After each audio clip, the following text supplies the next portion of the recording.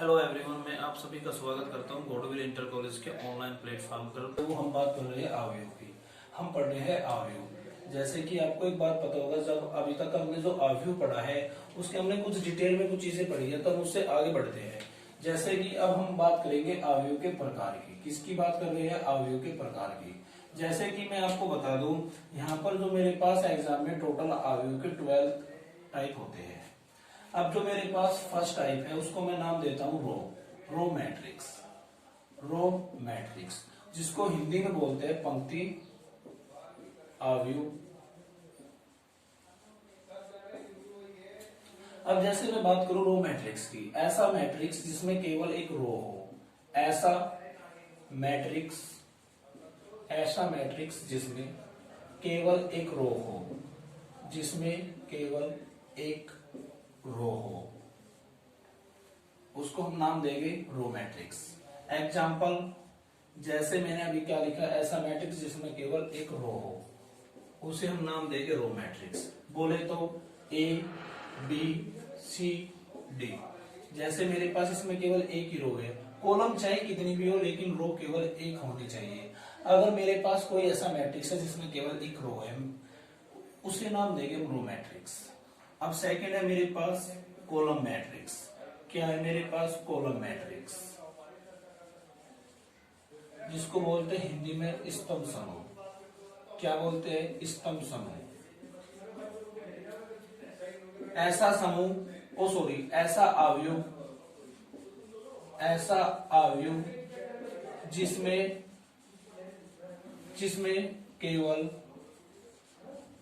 जिसमें केवल एक स्तंभ हो। क्या हो?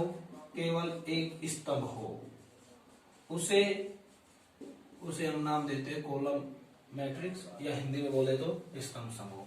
जैसे बोले तो मैंने अभी क्या बताया, जैसे मेरे पास ए बी सी डी। मेरे कहने का मतलब ये है जिसमें केवल एक कॉलम होगा, चाहे रो कितनी भी हो, 1 2 3 4 5। इसमें 1 2 3 4 5 टोटल 5 रो है, लेकिन हमें रो से नहीं। मैट्रिक्स जो मेरे पास थर्ड मैट्रिक्स है उसको हम नाम देते हैं जीरो मैट्रिक्स। क्या नाम देते हैं? Zero matrix. आपको मैं नॉलेज के लिए बता दूं, इसको हिंदी में नाम देते हैं शून्य अवयव। या फिर बोले तो रिक्त समूह। क्या नाम देते हैं? रिक्त समूह बोल लो या रिक्त अवयव बोल लो, बात एक ही है। अब मेरे पास क्या होगा? सभी अवयव जीरो हो, जिसमें सभी अवयव शून्य हो। क्या हो? शून्य हो, उसे हम नाम देंगे जीरो मैट्रिक्स। बोले तो जैसे मेरे पास ये मैंने एक मैट्रिक्स बना लिया, आपको पता है जब भी हम मैट्रिक्स को रिप्रेजेंट करते हैं हमेशा कैपिटल लेटर से रिप्रेजेंट करते हैं। Zero zero zero zero zero zero. और आपको पता है ये मेरे पास 2 और 3 का मैट्रिक्स है। लेकिन ये मैट्रिक्स मेरे पास कैसा मैट्रिक्स है? ये मेरे पास मैट्रिक्स जीरो टाइप का मैट्रिक्स है। क्यों? क्योंकि इसके जो सभी एलिमेंट है वे क्या है? टोटली जीरो है। और मैंने अभी क्या बात बताई थी, जीरो मैट्रिक्स हम उसको नाम देंगे जिसमें क्या होगा? सभी अवयव शून्य होंगे, उसे हम जीरो मैट्रिक्स या शून्य अवयव या बोले तो रिक्त समूह का नाम देंगे। अब मेरे पास इसमें क्या है? सारे के सारे एलिमेंट या सारे के सारे अवयव क्या है? जीरो। ये भी जीरो, ये भी जीरो, ये भी जीरो, ये भी जीरो, ये भी जीरो, ये भी जीरो। तो अब क्या है बच्चों, अब हम देखते हैं आपके एक्सरसाइज में जो क्वेश्चन नंबर 12 है उसको देखते हैं। ध्यान से देखिए, बहुत इंपॉर्टेंट क्वेश्चन है। जो मेरे पास क्वेश्चन नंबर 12 है, ये कहा है एक अवयव है, उसके एलिमेंट 1 -4 5 2 1 -3 बोले तो। अब मेरे पास नेक्स्ट बी है, बी के एलिमेंट 2 3 -1 1 2 3 बोले तो। अब बोला तो अवयव सी ज्ञात कीजिए। अब मुझे एक सी अवयव ज्ञात कीजिए, जबकि 2a + 3b, यहाँ पर क्या है बोले तो 3b -4c एक शून्य अवयव है। और शून्य अवयव की हमने डिस्कस अभी चंद लम्हों पहले किया था। आइए पहले एक बात ध्यान से समझिए, जहां से हमारी सफलता का रास्ता होके जाएगा। जैसे मेरे पास ए एक अवयव है, आपको पता है जो ए अवयव है वो 2 × 3 की कोटि का है। क्यों? आपको पता है जो मेरे पास ए एक अवयव है, क्या है मेरे पास? ए एक अवयव है, ये 2 × 3 की कोटि का है। जो मेरे पास बी है, बी भी एक मेरे पास 2 × बी भी मेरे पास क्या है 2 मल्टीपल 3 की कोटि का है। तो एक बात देखो, ये लाइन लिखी 2a plus 3b minus 4c, मतलब क्या है, a में b ऐड किया और फिर c घटा रखा है। और आपको मैंने सबसे पहली क्लास में एक बात बताई थी, हम किसी चीज में जब भी किसी अवयव को ऐड और सब्ट्रैक्ट कर सकते हैं जब उसकी कोटि क्या होगी, इक्वल होगी। तो यहाँ पर क्या है, तो मेरे पास जो एक सी अवयव होगा वो भी मेरे पास क्या होगा 2 मल्टीपल 3 की कोटि का होगा, हाँ या ना। ये बात आपको बहुत ध्यान से समझनी है। अब क्या किया मैंने, एक सी लेट कर लिया, लेट माने बोले तो मान लिया। जो मेरे पास क्या हुआ, मैंने माना A B C D E F, ये मैंने एक लेट कर लिया, मान लिया। अब आइए, अब मुझे एक सी अवयव फाइंड आउट करना है। अब उसके लिए कंडीशन दे रखी है कि ऐसे फाइंड आउट करना है। जो मेरे पास कंडीशन है ये है 2a plus 3b minus 4c, क्या है, इज इक्वल टू 0 अवयव, बोले तो शून्य अवयव। तो आप बहुत ध्यान से समझिए। अब मेरे पास 2a, a यहां पर क्या है, यहां पर a है अवयव, अवयव बोले तो a के कंपोनेंट 1 माइनस 4 5 2 1 माइनस 3, और मेरे पास अब क्या है b, और सिंबल है कैसा, प्लस का 3 b के, और मेरे पास b क्या है 2 3 माइनस 1 माइनस 1 1 2 और फिर है 3, और जो मेरे पास c है माइनस 4, क्या है c मैंने अभी माना है a b c d e f, और अभी ये क्या बोला 0, एक क्या है अवयव, कैसा अवयव है, एक शून्य अवयव है, कैसा अवयव है, शून्य अवयव है। तो हम शून्य अवयव की ही बात करेंगे, और आपको पता शून्य अवयव क्या हो, 0 0 0 0 0, मेरे पास एक शून्य अवयव है। अब मैं क्या कर रहा हूं, अब मैं इसको सोल्व कर रहा हूं, कर सोल्व करके A B C D F की मान फाइंड आउट करके इसमें पुट कर दूंगा, और यहां से मुझे सी फाइंड आउट हो जाएगा। अब आपको पता होगा, इससे पहली क्लास में हमने अदिश की गुणा सी की थी, 2 की 1 में मल्टीपल की, तो मेरे पास क्या हुआ है, यहाँ से 2 1 जा 2 2 2 जा 4 2 4 जा माइनस 8 और 2 5 जा 10 और 2 1 जा 2 और 2 3 जा माइनस 6।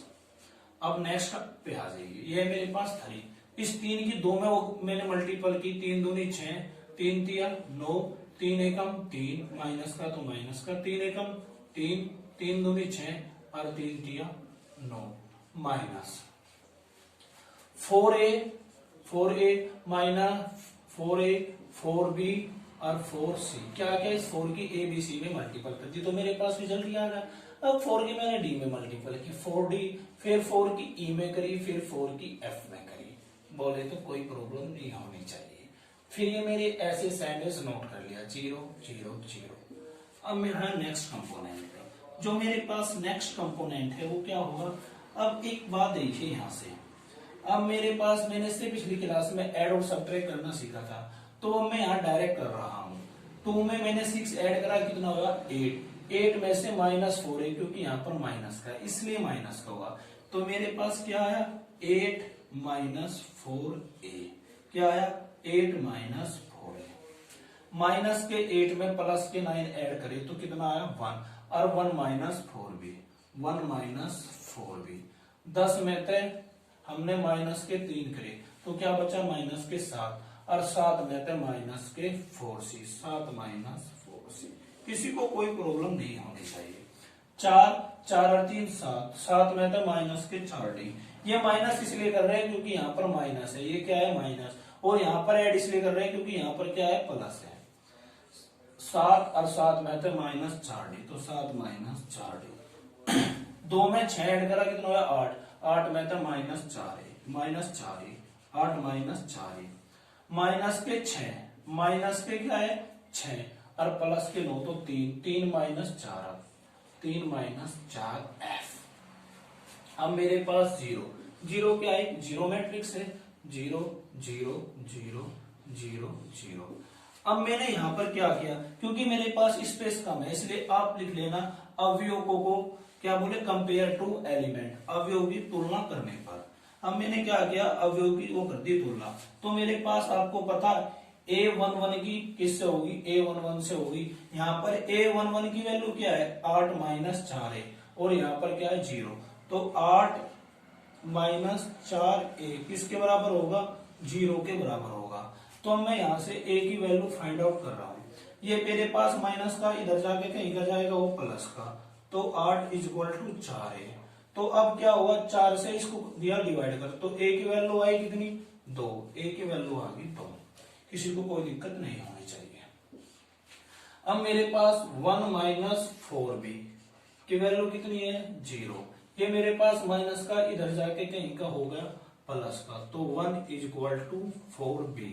और यहां से मेरे पास B की वैल्यू क्या आई, ये 4 कहीं में मल्टीपल में दूसरी साइड जाके कहीं में हो जाएगा डिवाइड में, तो B की वैल्यू आई 1/4। अब मैं आ गया इस कंपोनेंट पे, 7 माइनस 4C क्या है, 7 माइनस 4C किसके बराबर है, 0 के। तो यहां से मेरे पास, अब डायरेक्ट लिख रहा हूं, आप खुद सोल्व कर लेना। यहां से मेरे पास C की वैल्यू आ गई 7/4।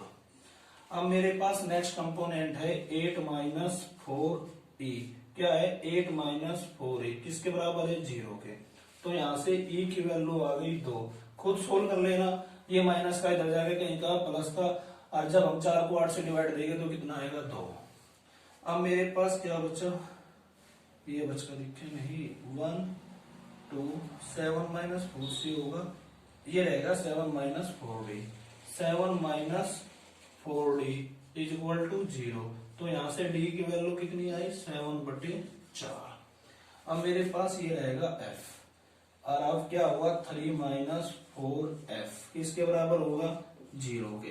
तो ये माइनस का इधर जाके कहीं का होगा प्लस का, 4F इज इक्वल टू 0। तो यहां से F की वैल्यू आ गई 3/4।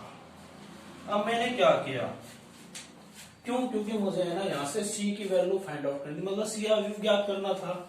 तो मेरे पास A B और मैंने C अवयव क्या माना था, ये माना था अभी। और आपको पता, अब मैंने यहाँ से A B C D F की वैल्यू फाइंड आउट कर ली, तो मैं अब C की वैल्यू यहाँ पर पुट कर रहा हूँ। यहाँ से मेरे पास A की वैल्यू आई कितनी, 2। A की वैल्यू आई 2। B की वैल्यू कितनी आई, 1/4। और C की वैल्यू मेरे पास कितनी आई, 7/4। कितनी आई, 7/4।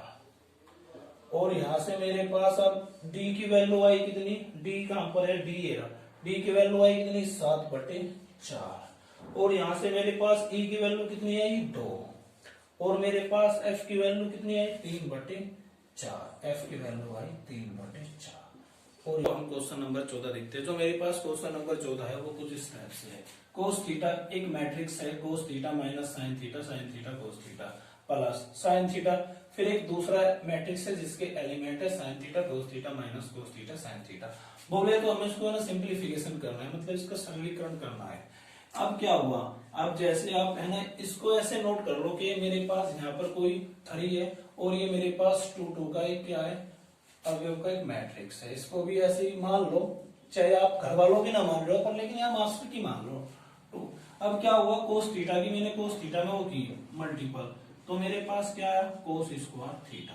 अब मैंने क्या किया, इस कोस थीटा की माइनस साइन थीटा में मल्टीपल की, तो sign theta into cos theta. Cos theta की साइन थीटा में मल्टीपल हुई, कोस theta into sine theta. Cos theta और ये क्या है, मल्टीपल कोस थीटा, तो क्या हुआ, कोस स्क्वायर थीटा। ये हो गया बंद। जिसे नहीं पता होगा, पहले बच्चों आपको एक बात पड़ी होगी, अगर मैं x की x में मल्टीपल कर रहा हूं तो मेरे पास क्या हो जाए, एक्स स्क्वायर हो जाए। तो अब मान लो मेरे पास x क्या है, कोस थीटा है, मल्टीपल कोस थीटा, तो क्या होगा, कोस स्क्वायर थीटा होगा नहीं, क्योंकि बिल्कुल सेम है। अब क्या है, प्लस साइन थीटा की साइन थीटा में वही मल्टीपल, तो क्या आया, साइन स्क्वायर थीटा।